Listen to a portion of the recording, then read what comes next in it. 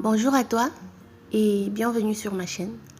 Avant de commencer la petite histoire, j'aimerais qu'on prenne un instant de silence pour penser à ces handicapés, ces personnes dont la vie a changé à cause d'une seconde peut-être mal gérée et qui ne revivront plus jamais comme avant.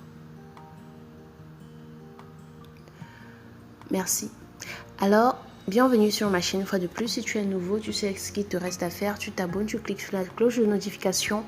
Et sans plus tarder, on va partager l'histoire de la fille de Mamiton qui a bien voulu passer au-dessus de tous ses chagrins et partager avec nous ce moment presque tragique de sa vie.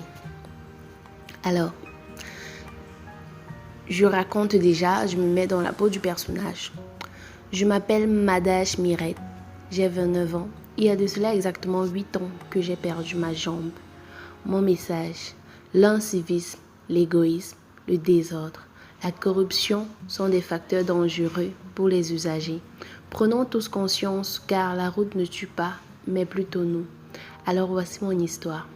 C'était le dimanche 11 mars 2012, j'étais avec mon frère. Il est exactement 10 heures, j'habitais à Bonabéry. J'avais dit à mon frère de m'accompagner au marché. Après quelques minutes, il m'a dit d'aller seul. C'est comme ça que j'ai emprunté un taxi de Bonabéry pour Ndokoti. J'allais acheter mes tennis au marché Ndokoti. J'arrive, je fouille le marché et je finis par trouver mes tennis au goudron, au grand carrefour. J'achète 2 paires de tennis. Je stoppe un taxi pour rond-point. J'arrive au rond-point, je lance l'œil vers le pont du Vouri. Je vois un embouteillage pas possible. Je décide d'emprunter une moto. Ah là là, la moto. Je dis Bonabéry, grand hangar. Il me dit 300 francs en bâche et 500 sans bâchement. La go d'Airway décide de prendre une moto sans bâchement pour 500. Nous voilà donc partis. J'achète au passage un Tampico et hop, on traverse le pont sans incident. Je complimente d'ailleurs le Benskinner en lui disant « Tu roules super bien » et il répond « Merci ». Juste quelques pas de Bonasama. Pour ceux qui connaissent Bonabéry au niveau de la mosquée de Nanga, il y a un véhicule qui sort du sens inverse à toute vitesse et fonce directement sur moi. Boum!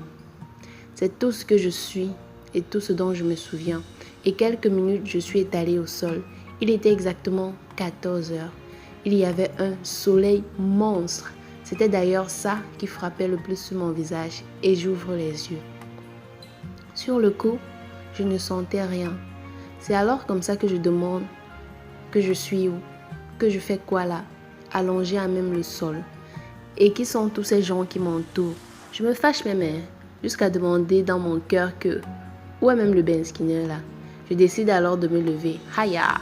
Je soulève mon pied droit, c'est ok. Je soulève mon pied gauche, il perce et ne bouge pas. Je fais la même chose sur mes bras. Mon bras droit ne bougeait pas. J'ai pris l'appui sur mon bras gauche et j'ai légèrement soulevé la tête. C'est là que j'ai vu mon os du fémur hors de ma cuisse.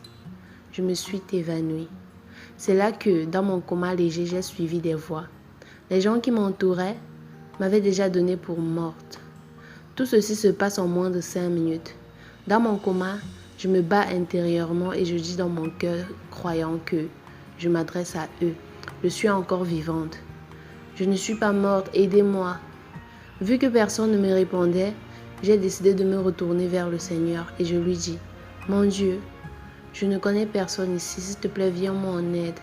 Sans même avoir fini ma phrase, j'ai vu une image défiler dans ma tête. Et je vous jure qu'au même moment, cette personne passait en route. Directement, le nom me vient en tête et je crie, Bendou! C'est un ancien camarade de classe de seconde. Et curieusement, il me disait toujours à l'école qu'avec la voix que j'ai, il peut la remarquer entre 1000, que même si je suis dans le trou, il suivra. Ma voix se fait entendre de tous jusqu'à lui-même. Il demande le passage pour voir ce qui se passe. C'est lui qui soulève ma tête. Au même moment, le sang jaillit de partout. La douleur commence, je m'affaiblis peu à peu. C'est comme ça qu'il dit, s'il vous plaît, appelez un taxi ou une voiture. C'est ma camarade de classe, elle est encore vivante, s'il vous plaît. Les gens stoppent le taxi et rien ne s'arrête. Le peu qui s'arrête refuse de me transporter parce que j'ai le sang partout. Il y a même un autre qui a dit qu'on me laisse, que c'est mon dernier souffle. Quand j'ai suivi ça, j'ai commencé à prier sérieusement. C'est là qu'il dit, c'est la fille de tel artiste. Les gens s'étonnent. Il y a un véhicule de police qui passait là, une pick-up. On me met dans la pick-up et nous voilà sur la route de l'hôpital, enfin. C'est à ce moment qu'on pense à appeler ma mère. Mon camarade retire mon téléphone et appelle ma mère depuis son téléphone. Il dit, ta fille a eu un accident. Le crédit est fini. Wonderful. Ma mère appelle et demande, c'est qui et que c'est laquelle de ses filles car nous sommes nombreuses. Et que nous sommes où? Je dis en route pour l'hôpital. Elle dit quel hôpital? Le policier répond hôpital militaire. C'est comme ça que je me retrouve à la garnison militaire. J'arrive aux urgences. Les policiers disent que c'est une urgence extrême. Les brancardiers me transportent. L'adjudant-chef de service prend mes paramètres. Il me regarde et me dit, tu es forte, hein? Tu respires comment étant vide de sang? On mobilise rapidement l'équipe pour le bloc opératoire. Ma mère arrive et dès qu'elle voit mon os, elle fond en larmes. On la fait sortir de la salle. Le commandant qui allait m'opérer arrive. Il regarde mes yeux et dit qu'il me faut au minimum 6 poches de sang pour franchir la salle du bloc opératoire. C'est comme ça que tout le monde panique. À cette époque, le sang, on pouvait l'avoir qu'à l'hôpital à Kentigny. C'est comme ça qu'on demande 3 poches de sang. Ma mère n'avait pas assez d'argent sur elle, il en fallait 75 000. Mon ancien camarade de classe sort un montant de plus de 100 000 de sa poche et dit à ma mère que c'est l'argent de tontine des gens.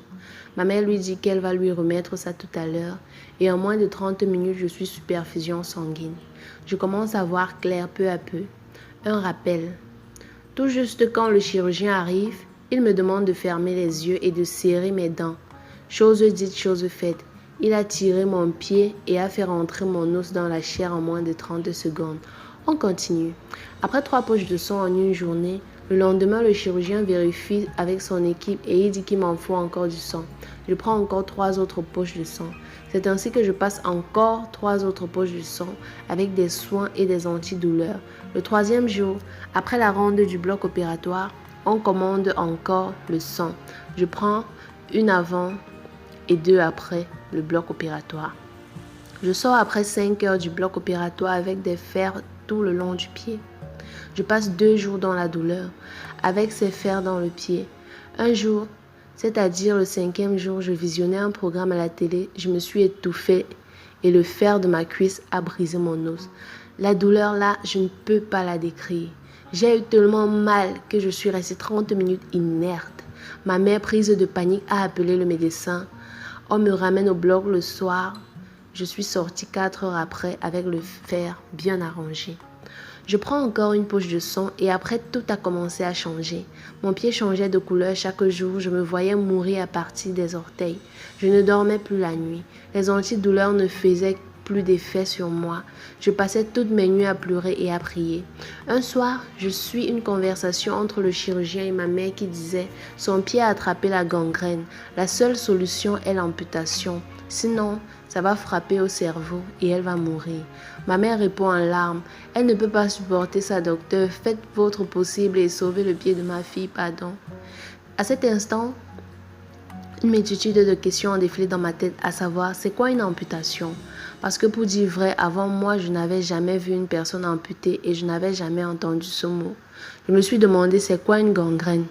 Je prends mon téléphone, je tape amputation dans Google. Je vois une multitude d'images de prothèses, faux pieds. Je vois aussi au passage quelques personnes amputées et plus important, je lis des témoignages et des confidences de certaines personnes amputées. Je décide de faire ce qu'on appelle dans la thérapie le travail du deuil des personnes amputées, qui consiste à te poser des questions et trouver des réponses à celles-ci. Je travaille dessus toute la nuit et le matin qui était un dimanche, j'appelle ma mère à mon chevet de lit. Je lui demande d'appeler mon petit ami qui était parti il y a quelques jours hors du pays pour 2 semaines.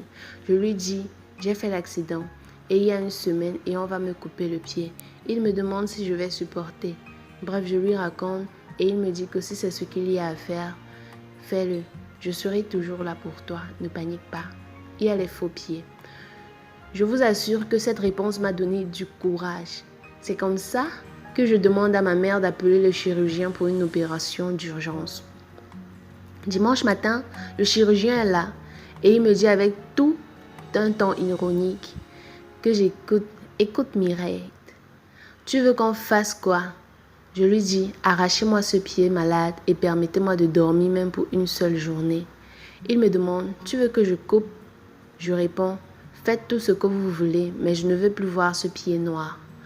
En moins d'une journée, les asticots avaient envahi mon pied de l'intérieur. Ma salle sentait la mort. C'est comme ça qu'à 10 heures, je suis amenée au bloc opératoire. On me fait une anesthésie partielle. Je suivais les bruits de la scie. Jusqu'à un moment, j'ai ressenti une douleur terrible. J'ai crié. Le chirurgien s'est étonné. La salle a tremblé. Ils se sont demandé pourquoi je crie. J'ai dit, j'ai mal au pied. Le chirurgien m'a dit qu'on vient de couper mon nerf. C'est comme ça que je reçois une dose plus forte qui m'endort complètement. Je me réveille à 22 heures. Je vous jure que la douleur avait baissé de 70%. Du coup, pour moi, c'était comme si je n'avais jamais rien eu. Le lendemain, tout l'hôpital était rempli. Je passais mon temps à lancer des intrigues et des blagues à mes amis qui venaient me rendre visite. Personne n'avait le courage de pleurer auprès de moi car moi-même, j'étais forte.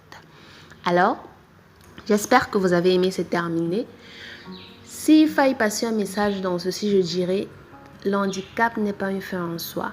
On peut très bien vivre avec un handicap, étant donné déjà que le handicap n'est pas que physique, c'est aussi moral. Il y en a qui ont un handicap intellectuel, un handicap à ne pas savoir faire certaines choses.